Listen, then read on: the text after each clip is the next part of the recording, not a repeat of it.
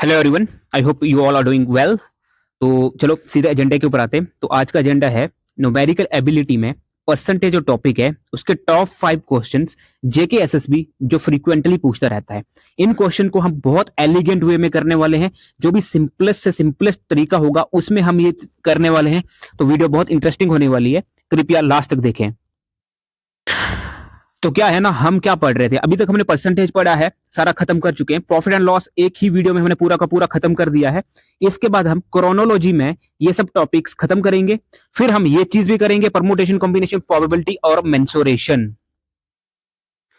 ये सब मेरे बारे में है, पॉज करके देख सकते हो। ओके, पहला क्वेश्चन है कि prices of two articles are in the ratio 3:4। लिख दो 30:40। 3:4 को सिंपलीफाई करने के लिए हमने 30:40 लिख दिया, मतलब तो एक ही है ना। If the price of the first article, मतलब इस वाले का भी इंक्रीज बाय 10%। 30 का 10% कितना होता है? लिख दो 33। समझ आ रही है? 33। And that of second article by RS 8। इसमें हमने 8 से इंक्रीज हुआ है, 8 से इंक्रीज हुआ है, लेकिन बाद में देखते हैं इस चीज को।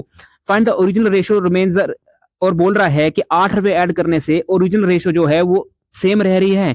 मतलब पहले का रेशियो थी 3:4, इसमें 33 बनने से फिर से 3:4 होगा।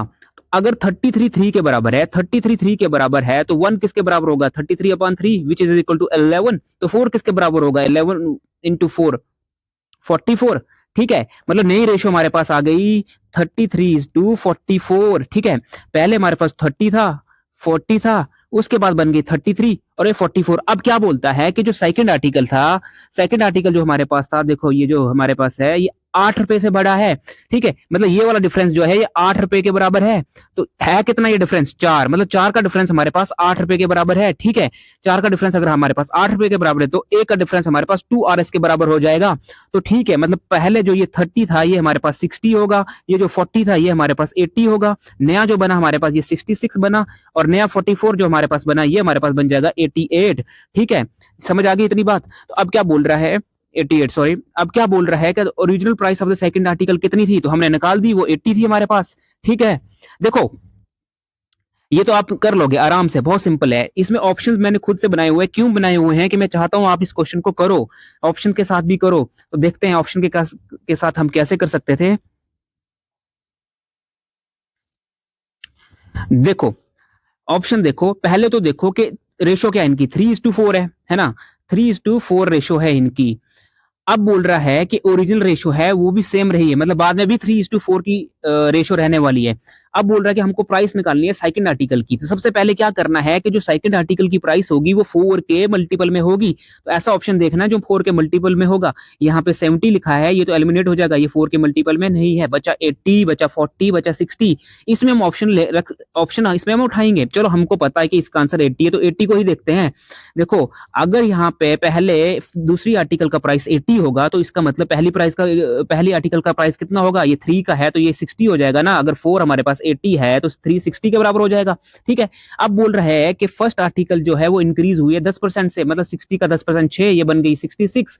और हमारे में सेकंड आर्टिकल जो है वो 8 रुपए से इंक्रीज हुआ है, तो सेकंड आर्टिकल में अगर 8 ऐड करेंगे ये बन जाएगा 88।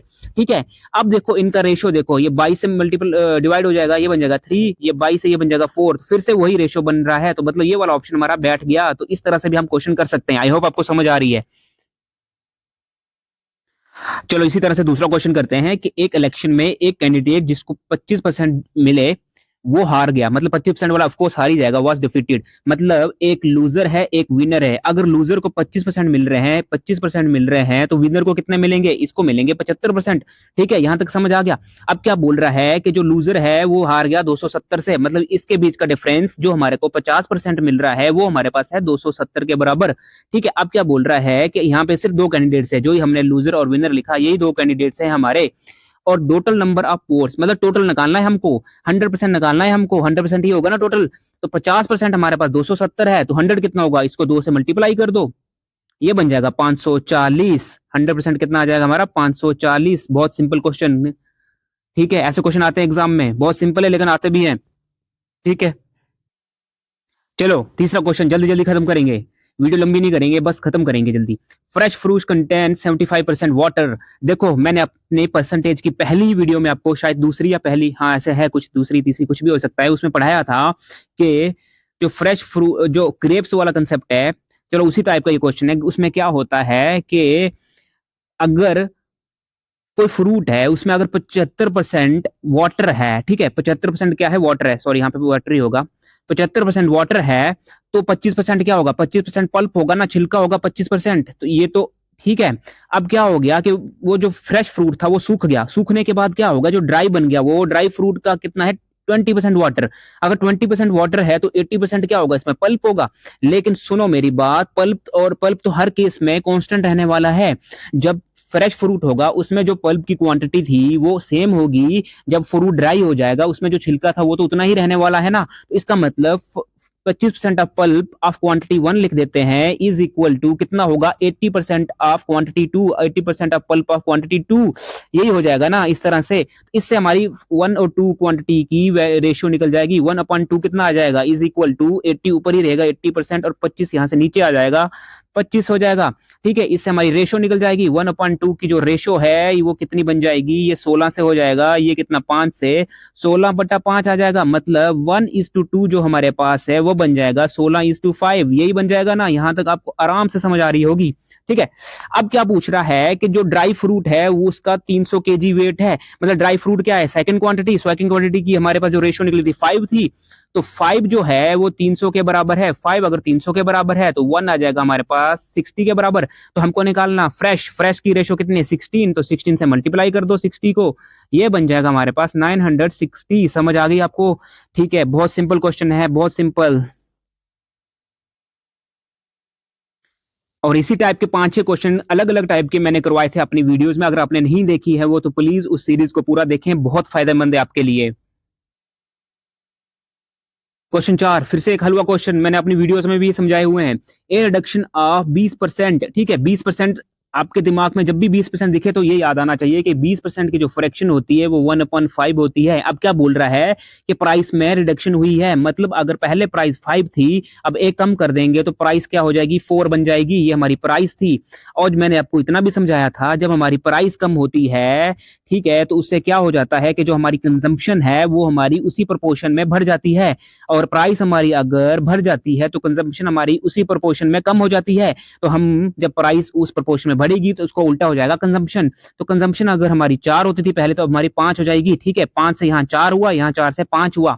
ठीक है, ये बात समझ आ गई आपको? अब और क्या बोल रहा है कि ये सब होने की वजह से एक जो हाउसवाइफ है वो 5 kg मोर खरीद सकती है 1200 रुपए में। अब देखो, पहले वो इस प्राइस में इतना खरीद रही थी, इस प्राइस में कहाँ गया, इतना खरीद पा रही थी, अब वो इस प्राइस में इतना खरीद पा रही है, 5 का महल है 4 खरीद पा रही थी, अब इस प्राइस में 5 खरीद पा रही है, तो कितना ज्यादा खरीद पा रही है, इनके बीच का डिफरेंस आ जाएगा 1, 1 का डिफरेंस है, तो ये 1 ही हमारे पास 5 हो जाएगा। अगर 1 5 था तो पहले कितना खरीद पा रही थी, ये 20, अब कितनी खरीद पा रही है, 25। ठीक है, 25 kg। अब पूछा है कि रिड्यूस प्राइस, ये वाला जो हम खरीद पा रहे हैं इसका रिड्यूस प्राइस कितना होगा, तो 25 खरीद पा रही है, टोटल कितना है 1200 रुपए, तो 1200/25 जब हम करेंगे तो इसका आंसर बन जाएगा हमारे पास 48। जल्दी खत्म, कितना आसान क्वेश्चन और मजेदार क्वेश्चन। ओके, वाटर टैक्स, कोई वाटर टैक्स है, इज इंक्रीज बाय 20%। देखो क्वेश्चन आपको मुश्किल लगने वाला है लेकिन है बहुत आसान। Water tax is increase by 20%, 20% से कोई टैक्स इंक्रीज होता है तो हमारी जो कंजम्पशन है वो 20% से घट जाती है। अब बताओ कि इंक्रीज या डिक्रीज कितना हुआ हमारे एक्सपेंडिचर में। ठीक है, तो हम इस क्वेश्चन में क्या करेंगे, देखो पहले मान लो कि जो टैक्स था, पहले हमारे पास RS 100 था, पहले कितना था, टैक्स 100 था, और जो हमारी कंजम्पशन थी वो भी हम 100 रुपए की करते थे, कंजम्पशन भी 100 रुपए की करते थे, तो एक्सपेंडिचर कितना था हमारा पुराना, पहले हम एक्सपेंडिचर करेंगे, इन दोनों का मल्टीप्लाई कर देंगे, क्योंकि ये हमारा एक्सपेंडिचर हो गया। ठीक है, ये हमारा एक्सपेंडिचर कितना बन जाएगा, 10,000। ठीक है, ये हमारा एक्सपेंडिचर बन जाएगा 10,000। ठीक है, उसके बाद क्या होता है कि अब ये पूछ रहा है कि 20% का हमारा टैक्स इंक्रीज हुआ है, तो मतलब ये बन जाएगा हमारा 120। ठीक है, इसी तरह से हमारा जो कंजम्पशन डिक्रीज हुई है ये 20% से हुई है, कितने परसेंट से, 20%, मतलब 100 का बन जाएगा 80। ये नई बात हो रही है। अब दोनों, अब इस केस में एक्सपेंडिचर कितना होगा, इन दोनों को मल्टीप्लाई कर दो, 120 × 80, ये हो जाएगा हमारे पास 900, 9600, ये हमारे पास 10,000 था, ये हमारे पास 9600 था, ठीक है। तो अब हमारे को ये जानना है कि एक्सपेंडिचर हमारा कम हुआ या बढ़ा है? कम हुआ है ना। कितना कम हुआ है? 400 का। तो कितने में से? 10,000 में से। तो 400 बटा जो 10,000 होता है वो हमारा हो जाता है 4% के बराबर। 4% की रिडक्शन हुई है एक्सपेंडिचर में, 4% की रिडक्शन हुई है एक्सपेंडिचर में, ठीक है। क्वेश्चन बहुत हल हुआ था, ठीक है। Okay, thank you then. यही था आज के लिए। तो इसी तरह की वीडियोस के लिए प्लीज बने रहे चैनल के साथ, सब्सक्राइब करें, शेयर करें दोस्तों के साथ जो बहुत सीरियस है स्टडीज को लेके। Thank you.